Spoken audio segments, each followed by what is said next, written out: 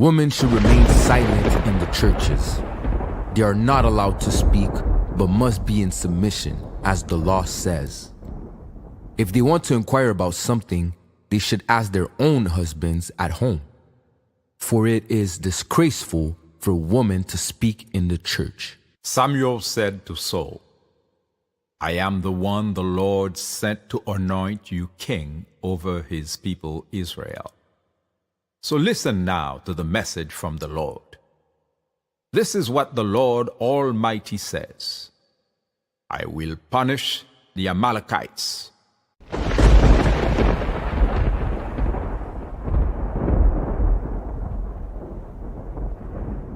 Jésus, par ton sang précieux, enlève mon iniquité.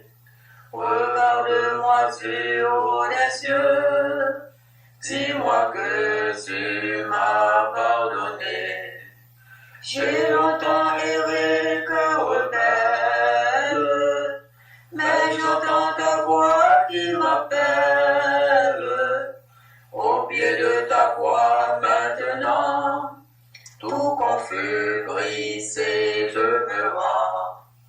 Blanc, blanc, plus blanc que neige, blanc, blanc, plus blanc que neige, lavé dans le sang de l'agneau, je serai plus blanc que la neige. Now go, attack the Amalekites, and totally destroy all that belongs to them. Do not spare them. Put to death men and women, children and infants, cattle and sheep, camels and donkeys. 1 Samuel 15.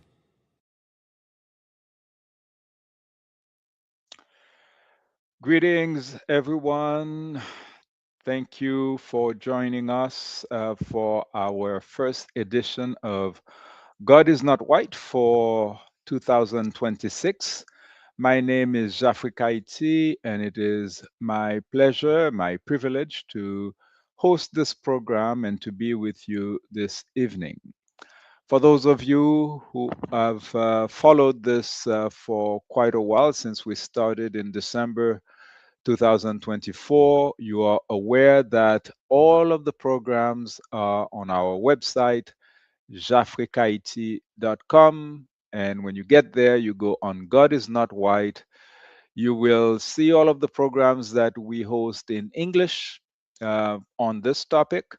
And if you speak Haitian Creole, our weekly Sunday program is Cause Nef Tankou Zefre, also on the website jafrikaiti.com.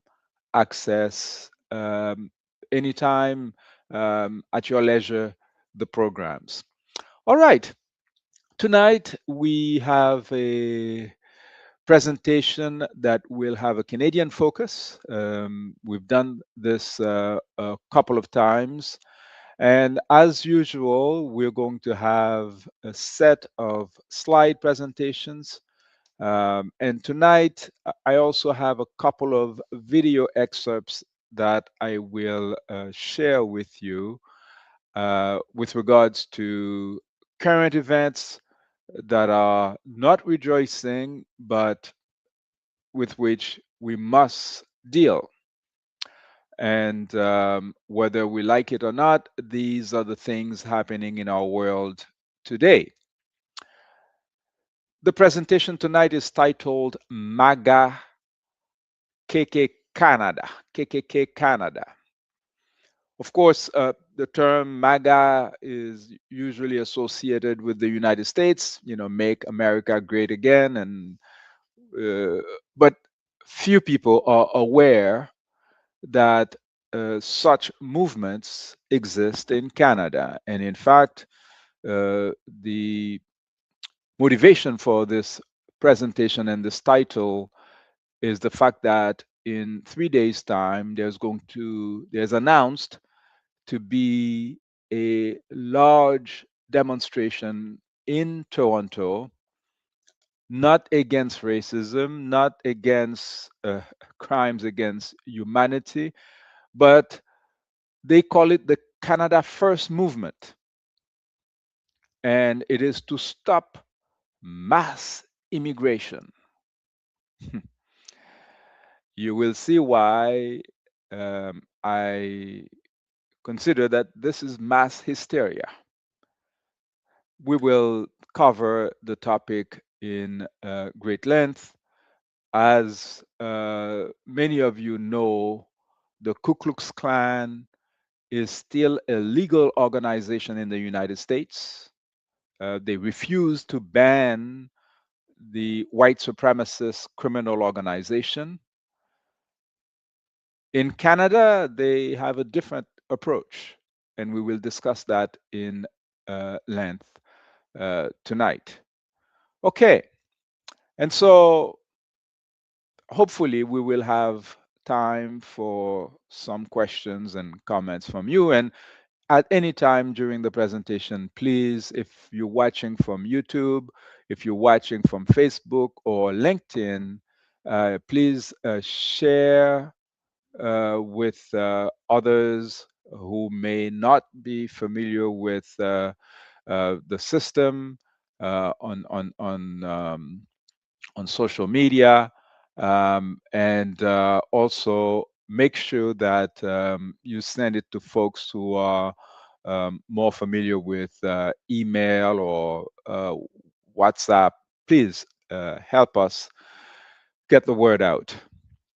We want to take a minute to honor the folks who were murdered by the racist regime in the United States in recent weeks. We think in particular of brothers and sisters in Venezuela, including the 32 Cubans who were providing security to President Nicolas Maduro Moras when he was cowardly kidnapped by US forces a few days ago. We also have a special thought for this beautiful human being, Renee Nicole Good, 37-year-old young lady who was murdered earlier today in Minneapolis by the goons of Donald Trump, who have been harassing folks for several months now,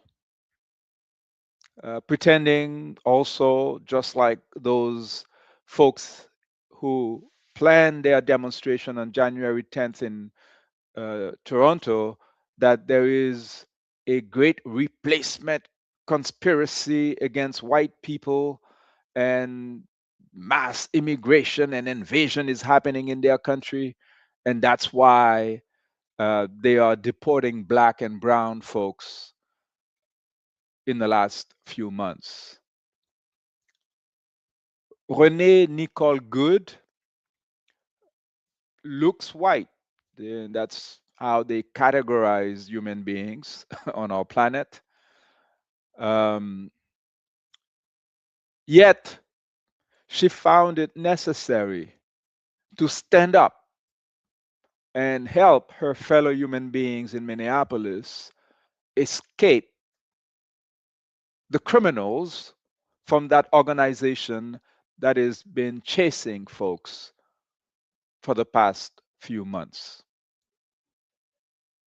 You can see from the slide presentation that the picture of the criminal who shot at the young woman through the window of her car, she was driving away.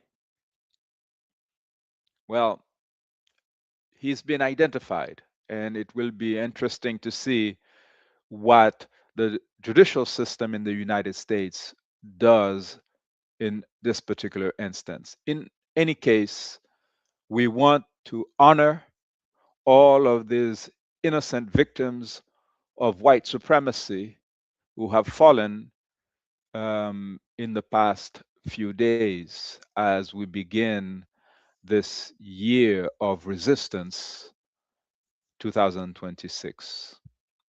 Tonight's presentation um, will offer no excuses for stupidity, for racism, for bigotry, for barbarism. As we've said several times before, white terrorism, also called white supremacy, is pandemic. It has overcome our lives on the planet for the past 600 years at least since the papal bull of 1455 by Pope Nicholas V, as we've discussed in previous programs here.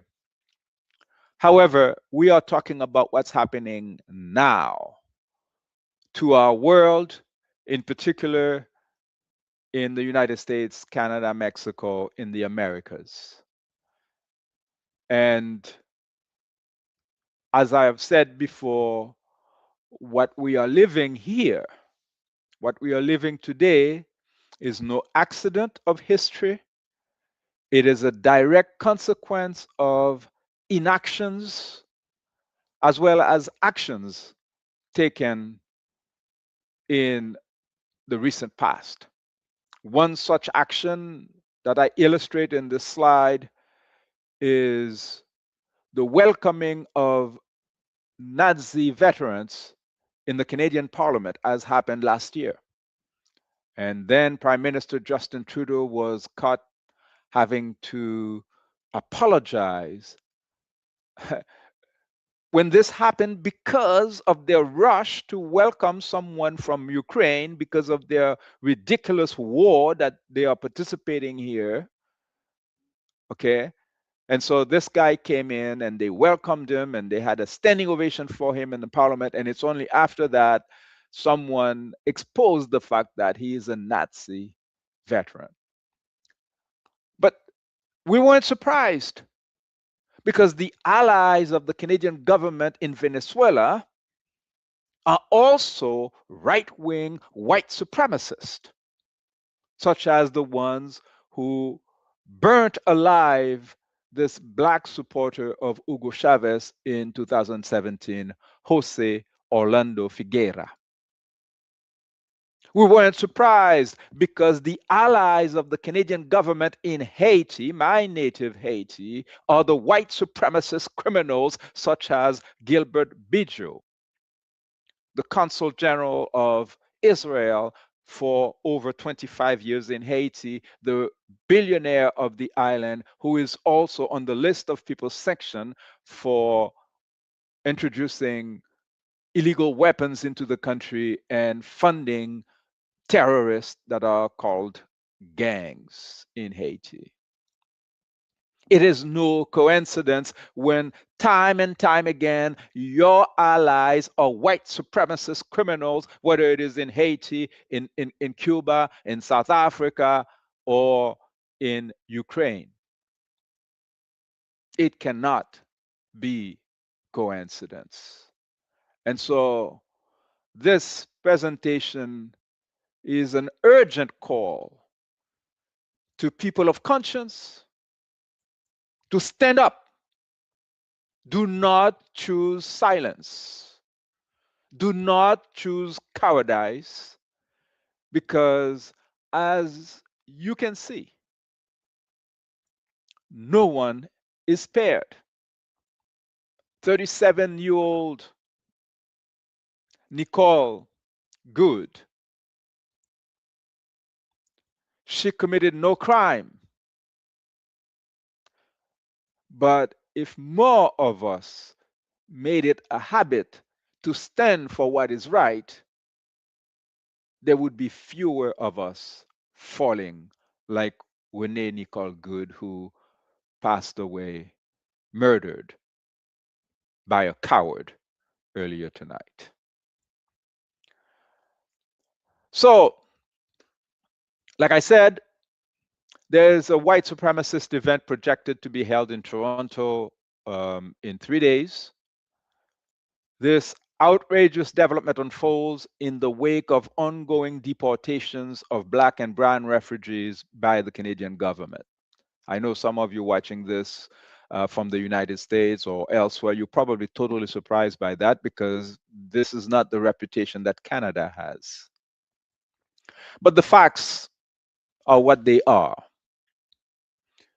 In the past year, 2025, the Canada Border Service Agency reported that it was a record number of foreign nationals who were deported. And you can go on their website to take a look at the stats, but these do not lie.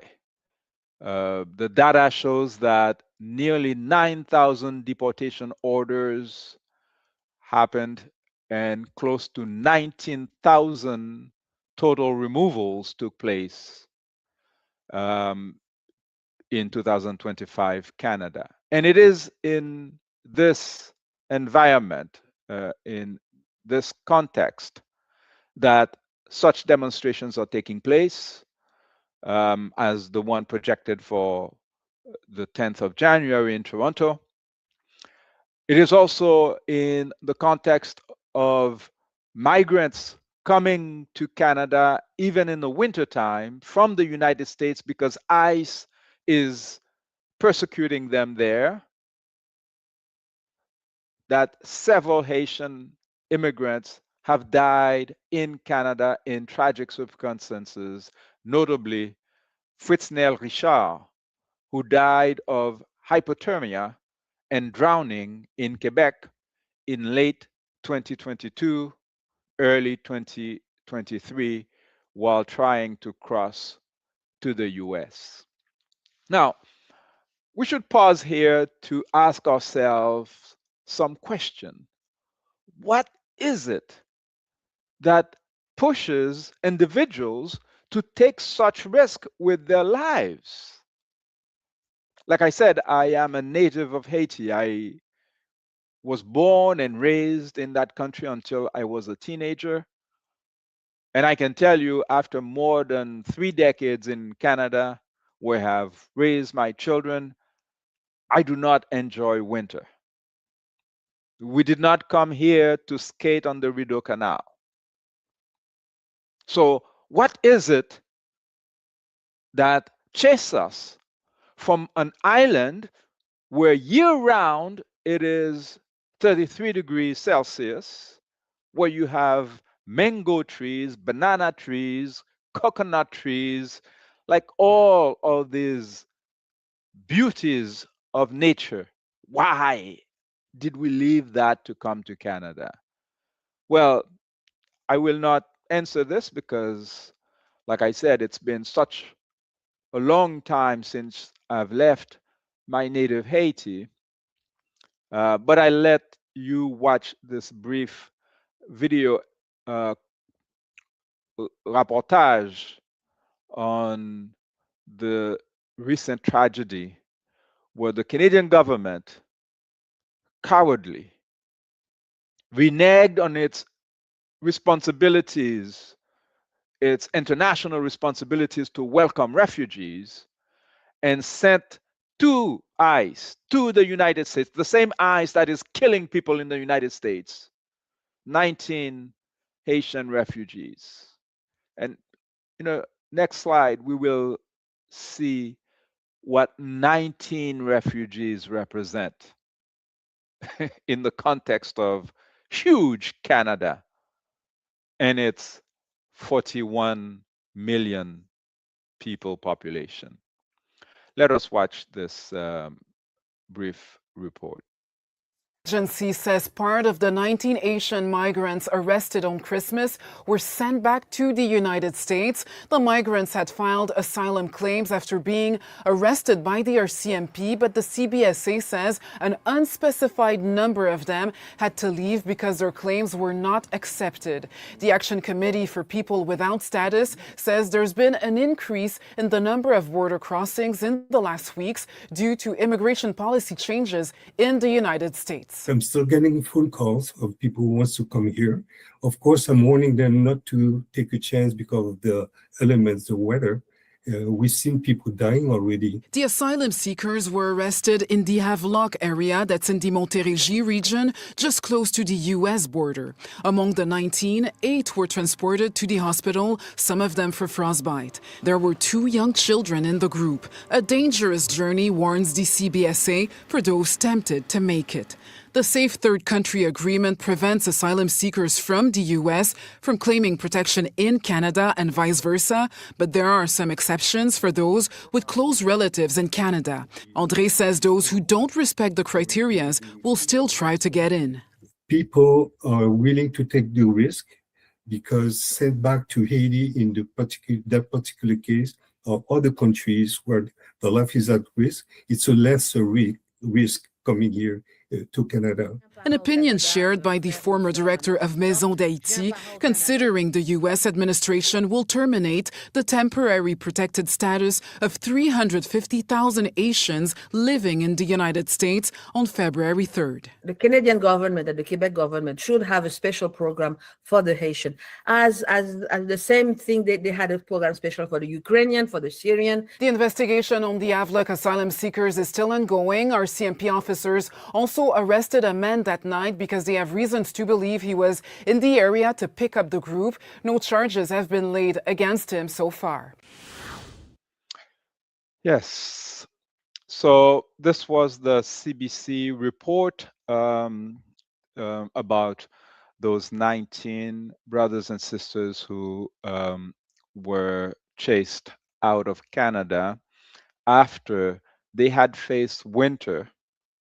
And after, like I mentioned, so many deaths have happened in the last few years because people simply did not survive the winter, the crossing. And these migrants are coming from all over the planet, okay? Before that, there were brothers and sisters who came from India. A whole family perished. So what is it? What is it that is wrong with our world that is causing so many people to leave the place? Now, let's watch another video, which is now a propaganda piece put out by the government to try to dissuade people from crossing during the winter. So this is, to be fair, their effort to save lives. I'm Christine Frizzell in Washington. Tonight, some important reminders about the dangers of trying to enter the United States illegally. While the numbers of apprehensions have dramatically decreased, there are still concerns, especially for those trying to come from the north. Within a matter of weeks, the landscape along the northern border with Canada could look something like this. Last year, apprehensions at the northern border broke records. The busiest sector, Swanton, seeing a 5,000% increase, with fewer than 400 apprehensions in 2021, a number that skyrocketed to more than 19,000 in 2024. And while the numbers have gone down significantly this year, one thing that hasn't changed is the threat of Mother Nature. I can't say enough about how dangerous it is crossing the border on the northern border in the winter. Earlier this year, we spoke with Swanton Sector Patrol Chief Robert Garcia about the message he and his fellow Border Patrol agents try to get out. In the wintertime, we can see temperatures -20, -30, not including the wind chill factor. Videos like this, part of a campaign they call Don't Risk It. Also sharing photos depicting smuggled migrants having to be rescued, often with severe frostbite. You can become quickly disoriented out here. The technology that we rely on so heavily, our phones, electronics just don't work well when you have sub-zero temperatures. And people just don't come prepared for just how cold it is. They're still wearing light jackets and shoes not meant to be traversing deep snow. These two men were convicted as part of an international smuggling operation that led to the deaths of this family of 4 from India, who froze while trying to cross the border from Canada to Minnesota during a 2022 blizzard. 2024 was the deadliest year on record for migrants around the world, with more than 8,900 dying on their migration routes, according to the United Nations. Now, here in the United States, those deaths are often the result of extreme weather, those soaring temperatures in the summer along the southern border, and freezing temperatures in the winter in the north. I'm Christine Frizzell reporting. Like I said, this is the piece of propaganda from the government. No, these people were not killed by nature, by bad weather. They were killed by fellow human beings who are too cowardly, too selfish to understand something basic. No human being is an alien on planet Earth, because this is the planet we have to inhabit. No, it wasn't the weather who killed these people. Fellow human beings, our selfishness murdered them. Okay, so let us be rational, right? Let us be calm and take a look at the facts. Take a look at the data. What does it tell us? Is there justification for the hysteria, for the panic about migrants coming to take over the United States? Is there really an invasion of Canada, an invasion of the United States? Perhaps I am, a little bit too partial in this, being myself an immigrant who came here from Haiti. Perhaps I am too close to the subject to be objective, to be rational, right? We have to consider that.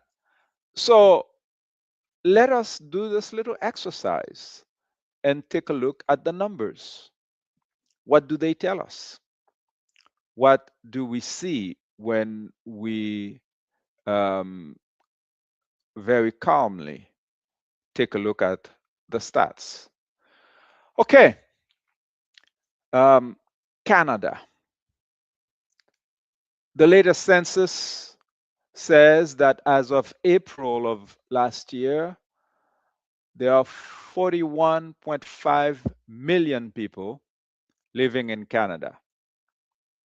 In comparison, the United States has around 340 or 350 million people.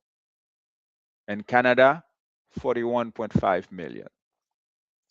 And most of these people are in cities that are around 200 kilometers from the US border. So there's huge immensity of land in Canada that is absolutely empty. Okay, so but the concern by these folks who are planning their demonstration is that the demographics of Canada is changing, and they don't like the way it's changing. Just like Donald Trump says, he doesn't have any problem welcoming people from Norway, Germany, white people. Okay, his concern, let's say for 1 second that this was a valid point. It's not. It's a ridiculous, racist, stupid point. But let's just verify whether there is any logic in even that stupid idea. Look at the slide, the graph on the right. So the one on the left is from Stats Canada, and it shows, the total 41.5 million of Canadians and how it is distributed across the provinces from Vancouver all the way to Prince Edward Island.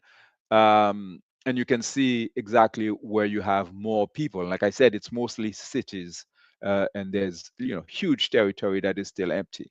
But on the graph on the right, let us look for the countries of origin of people. And what do we see here in terms of ethnic origin? Okay, so this is Canada by ethnicity from the 1500s to 2024. And I really encourage you to actually go to the YouTube link that I put in there, because it's actually a graphic that is showing you how the population changes from the 1500s to 2024. It is mind-boggling. Okay, it is an eye-opener. I don't know who made this video, but it's great work. But just that screenshot here that I took from it shows that the great replacement theory, that is the fear that white people are being replaced by black and brown people, is completely baseless. Okay, the countries of origin of Canadians as of 2024: English, yeah, that's Europe as far as I know. There's a category called Canadian, because these people have many generations born in Canada. And you will see in the graph when they started in the early 1900s to count Canada as a place of origin, because before that they were only counting England and France. Okay, but even now, the third category is French, and then Irish, Scottish. That's all in Europe. German, okay, Italian, Chinese. Finally, the Chinese, because of the huge Chinese population on Earth, we're not surprised by that. Italian, Ukrainian, First Nations. For those of you who are watching elsewhere, you may not this is the original people, the people whose land was stolen. Now, you see where they are? Do you see them doing demonstrations, worrying about the great replacement? No, it's not them. No, they've been replaced. Okay. American, because people also come from the United States to come to Canada. Dutch, Filipino, Polish. The Haitians don't even show up there, because we're talking about 19 Haitians here and there, 1,000 Haitian. That cannot make a dent in a population of 41.5 million and a territory that is one of the largest on planet Earth. You don't see one African nation showing up there, not even Nigeria. Yet, these bozos are organizing a demonstration worrying about the great replacement of white people in Canada. Well, why did we get to this hysteria? Obviously, there is contagion in terms of what's happening in the United States, but really, Canadians take that excuse too often. Okay, we have our own homegrown version of racism right here. Doesn't have anything to do with the United States, because Canada was created under the same premise the United States, Australia, South Africa, and all of these countries were created. White supremacist invasion. And so it's the same brand of racism. There's no point in trying to pretend that it is something special, something different. As white Christian nationalism lies at the heart of Donald Trump's overtly racist regime, The huge white cross at the center of the MAGA Canada January 10th demonstration poster is very much in our faces. Last year, Canada's white supremacist bigots found new strength in outrageous expressions of cowardice and complicity by government officials. Parliament took a moment of silence to salute sacrificed MAGA martyr Charlie Kirk. And we discussed that in a previous episode. Since the return of Donald Trump to the US White House, the message has been crystal clear that white supremacy is at home on this side of North America, at least US and Canada, which Donald Trump considers the 51st state. And of course, we heard these echoes. The Canadian minister from the Quebec government saying that we cannot welcome all the misery of the world. And if you go watch one of our previous episodes, you will notice that we covered this topic on episode 17. But as we made the point there, what is happening here in North America is also happening in Europe. And it is the same chant. We cannot welcome all the misery in the world. This is actually a sentence that was expressed for the first time by a French minister with regards to Africans who were crossing the Mediterranean, okay, following their gold, their coltan, their oil, their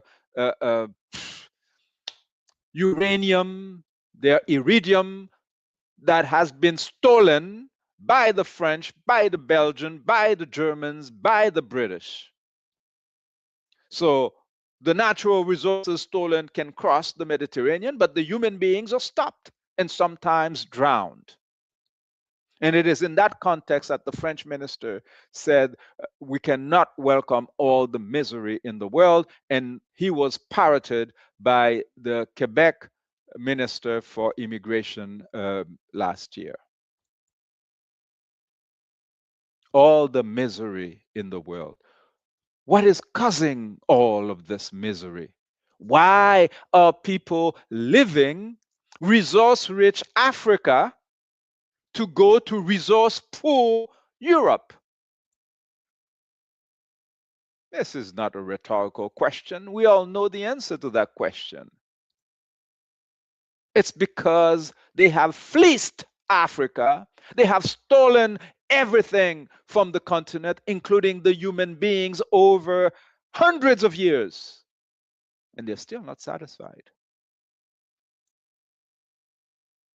And we need to do something about this crisis. And like I said, we are not seeing leadership on the Canadian side. Whether it is in terms of what's happening nationally or what is happening on the global front. Here, the new Canadian Prime Minister, you can see sitting with Donald Trump, scared, right? Because all they're concerned about is Donald Trump's threats of tariffs and all of that. But the fact that he's going around causing people to die, as long as it's not us, as long as it's not me, right? Well, it will reach you eventually. We must come together to fight the fascist. The pedophile is not in Caracas. He's in Washington, D.C. All of the evidence is right there. We can no longer pretend that we don't understand what is happening with this regime in the United States. And so let us take a look at what is happening on the international front, right? You see in the slide here, there are 3 pictures. And the one on the far left says, dozens die at Christmas bombings sweep as Christmas Day bombings sweep Nigeria. Oh, you're thinking this is last Christmas? No. This was 2011. And at the time, this was blamed on the so-called Islamist terrorist group called Boko Haram. Well, look at the second picture. Targeting and viciously killing primarily innocent Christians at levels never seen before. Of course, this is Donald Trump justifying his bombing of Nigeria in Christmas 2025. Isn't that ironic? In 2011, it is the Islamist terrorists who choose Christmas to bomb the people of Nigeria, and now the self-acclaimed Tarzan, Donald Trump, who's going to save the Christians of Nigeria, chooses Christmas to bomb the Nigerians again. So I guess the second bombing should be welcome, right? Because it's coming from Tarzan.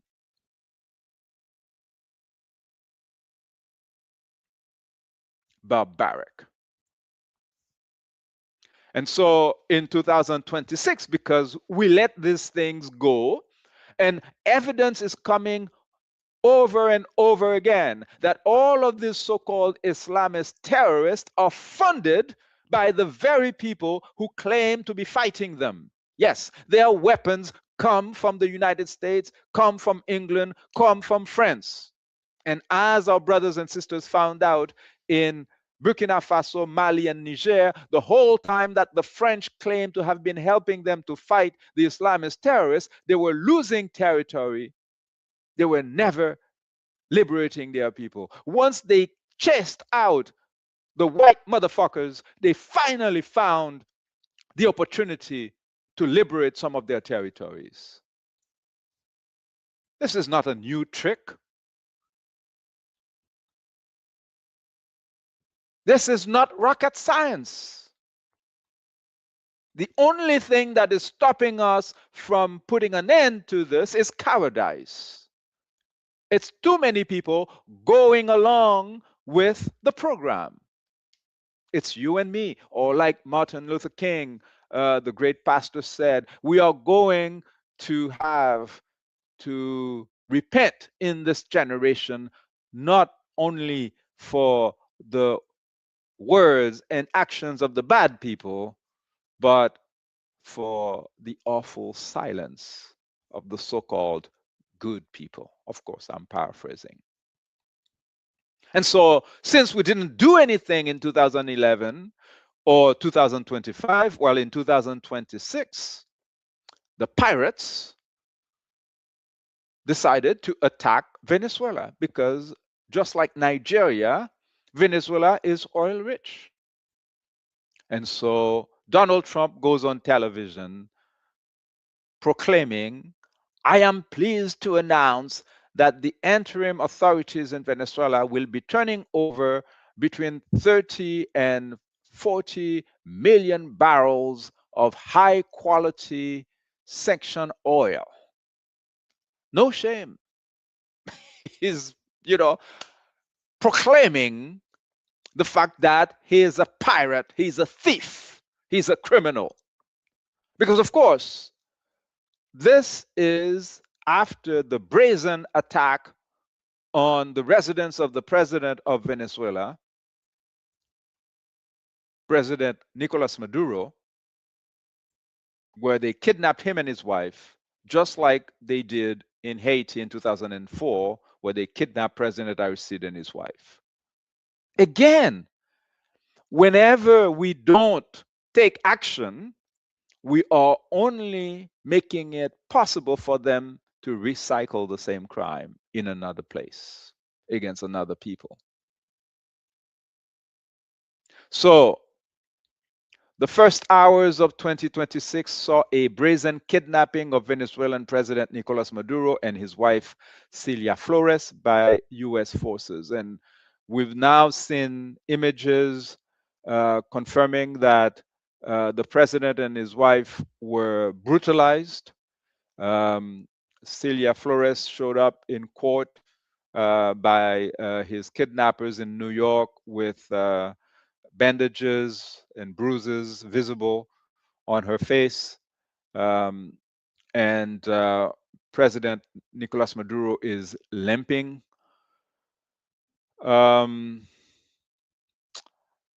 Craziness. And this happened days after US bombs were dropped on oil-rich Nigeria in order to rescue endangered Christians, of course. Let us now listen to a US government official, because of course, you know, you're hearing my point of view. It's important to let them speak, right? Let us hear their own rationale for what they're doing. This is not from Telesur. This is not from Jafrika IT Media. This is CNN. Let us listen. Is using its military to secure our interests unapologetically in our hemisphere. We're a superpower, and under President Trump, we are going to conduct ourselves as a superpower. It is absurd that we would allow a nation in our own backyard to become the supplier of resources to our adversaries, but not to us, to hoard weapons from our adversaries, to be able to be positioned as an asset against the United States rather than on behalf of the United States. Sovereign countries shouldn't be able to do what they want to do. The Monroe Doctrine and the Trump Doctrine is all about securing the national interests of America. For years, we sent our soldiers to die in deserts in the Middle East to try to build them parliaments, to try to build them democracies, to try to give them more oil, to try to give them more resources. The future of the free world, Jake, depends on America being able to assert ourselves and our interests without apology. This whole period that happened after World War II, where the West began apologizing and groveling and begging I don't even and know engaging these honestly vast what you're talking reparation about right schemes. now. What I'm talking about, Jake, is the idea. And by the way, you do. I know you love doing that smarmy thing, Jake. And I was hoping to be better than that this time. I asked you about if there should be an election. Exactly. I asked you if there would be an election in Venezuela. That's what I asked. I said, why was the president so quick to dismiss Machado? You answered that question. And then I said, the objective, Jake, is security and stability for the people of Venezuela. With our help and leadership, that country will become more prosperous than it has ever been in its whole history. Venezuelans but the will woman be richer running Venezuela and right safer now is and part more of the secure Maduro and regime. better off. There will be conversations, Jake, about all of these guideposts along the way. The reason why I was giving you that speech, which I know you didn't want to hear, is because you're approaching this from the wrong frame. This neoliberal frame that the United States' job is to go around the world and demanding immediate elections to be held everywhere, immediately, all the time, right away. To create these vacuums. That's not what I think, but you invaded the country. We went into the country and we seized the leader of Venezuela. Damn straight we did. And I'm saying, we're not going to let. So is the U.S. going to have new elections? Jake, is that we're not going to let Tim Pot communist dictators send rapists into our country, send drugs into our country, send weapons into our country. Okay. And we're not going to let a country fall into the hands of our adversaries. All right. So, in all the lies that this bastard just spewed out of his mouth there, whatever his name was, I don't even care to know his name, is a U.S. official.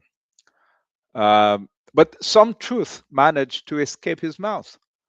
The truth is, when Jake, the presentator, was saying that he doesn't know what he's talking about, yeah, Jake was lying. He knows exactly what the bastard was talking about. Because like I said, this is not new ideology. It is the Ku Klux Klan in power in Washington, D.C. That's not new. The sheriffs that you have in the United States today, and we saw some of them on horseback at the Del Paso Bridge and it wasn't Trump who was in the White House at the time, it was Joe Biden.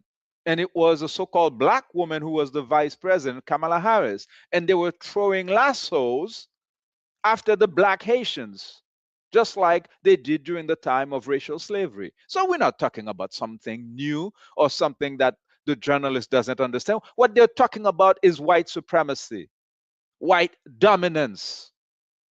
That's what they're talking about. And that's what they've been doing. So don't pretend not to understand what this is about. And the longer we stay in this delusional space, the more bold they're going to become, and they will continue to kill innocent human beings. No, this is not something new. So what Canada is different. Canada is milder, right? Well, like I said, here in Canada, they practice racism with a smile. Some call it diet racism. But for those of us who have experienced it, we know there is no diet racism. Here's the response from the Prime Minister of Canada to the brazen kidnapping of a duly elected head of state, President Nicolas Maduro Moros.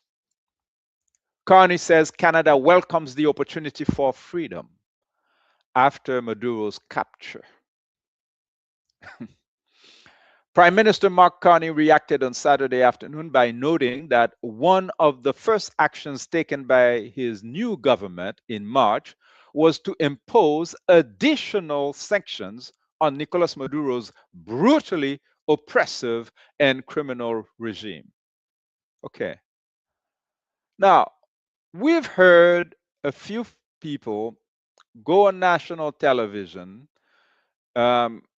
claiming to be progressives and to be critical of the actions of Donald Trump. And they usually start by their sentences with, well, and I even saw a black pastor play that little script. Okay. Maduro was definitely, I have no doubt Maduro was a criminal. He was this, he was that. He stole the election. But this is cowardice. Show us the evidence that the 2024 elections of president conducted by the people of Venezuela was less reliable than, for instance, the 2000 election of George W. Bush, when his brother Jeb Bush stole the election for him in Florida. Remember the Chad thing, for those of you who have the age to remember such shenanigans. Again and again, folks have gone to observe elections in Venezuela and admit that these are democratic elections that were free and fair. Now, were they perfect? Well, show me your perfect elections in your own country. No, they weren't perfect. They're human elections. But even if such was the case, it behooves the people of Venezuela to choose who their leader is, not the pedophile in Washington, D.C. And I would have expected, or I demand, a more courageous and logical response from the Prime Minister of Canada, the country where I've lived and worked, even in the federal government for over 3 decades. Our children will not have a bright future if we continue to have cowards leading our foreign policy. Okay.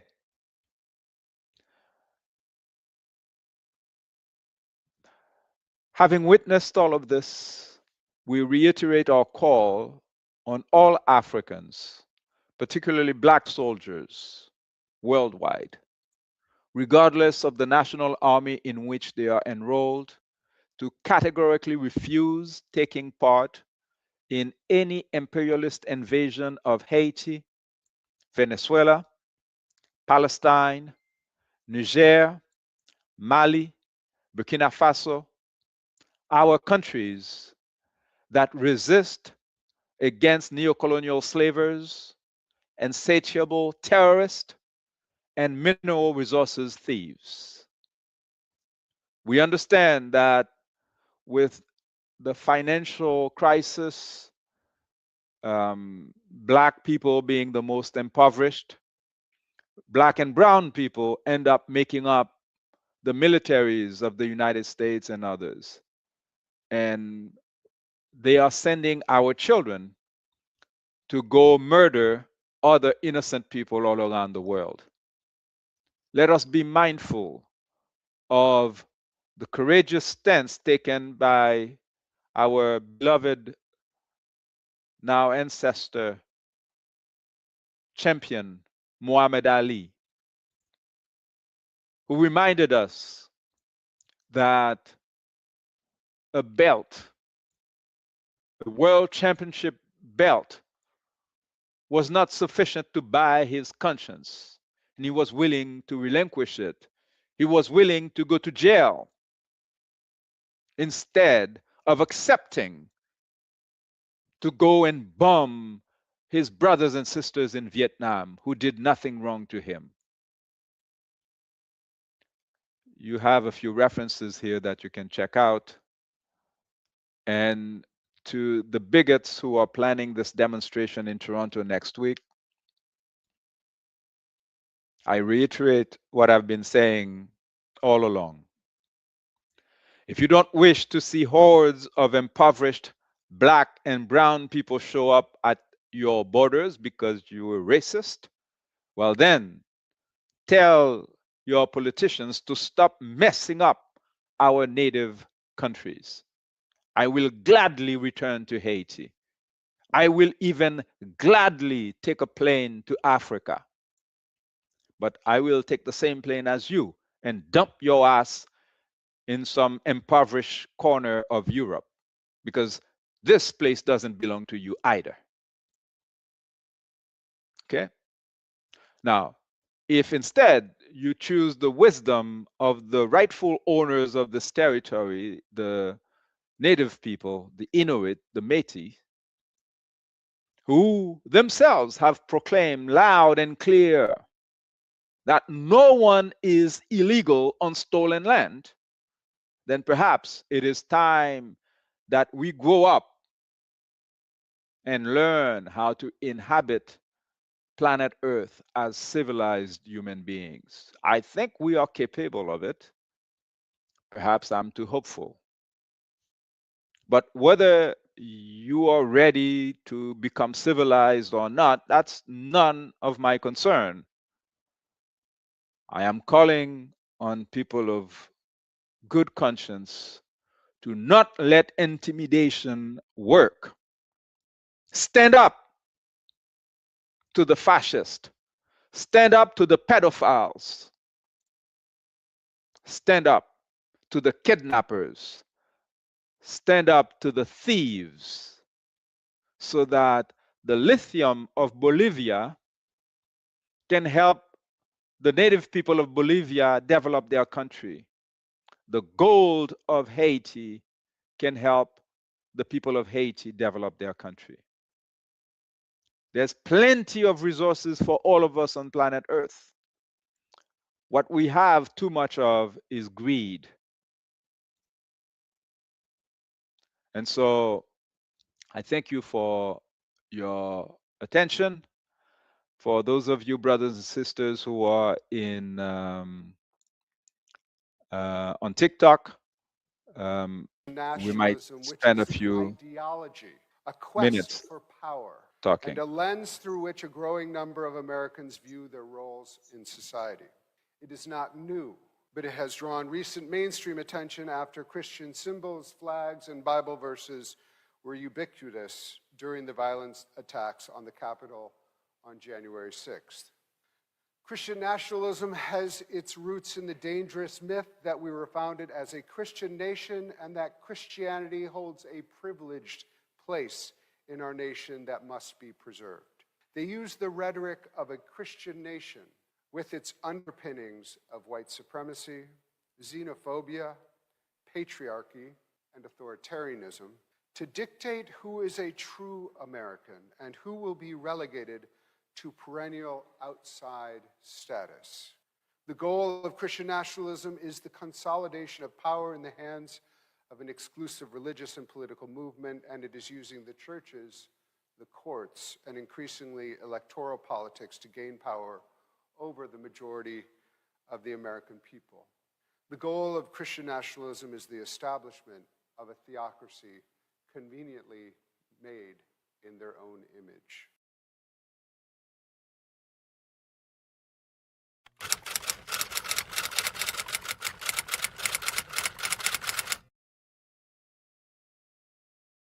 Women should remain silent in the churches. They are not allowed to speak, but must be in submission, as the law says. If they want to inquire about something, they should ask their own husbands at home. For it is disgraceful for a woman to speak in the church. Samuel said to Saul, I am the one the Lord sent to anoint you king over his people Israel. So listen now to the message from the Lord. This is what the Lord Almighty says. I will punish the Amalekites.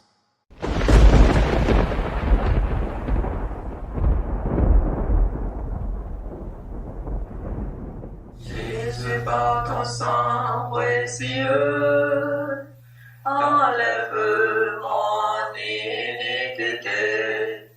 Regarde-moi sur les cieux, dis-moi que tu m'as pardonné. J'ai longtemps erré cœur rebelle, mais j'entends ta voix qui m'appelle. Au pied de ta croix maintenant, tout confus, brisé, je me rends.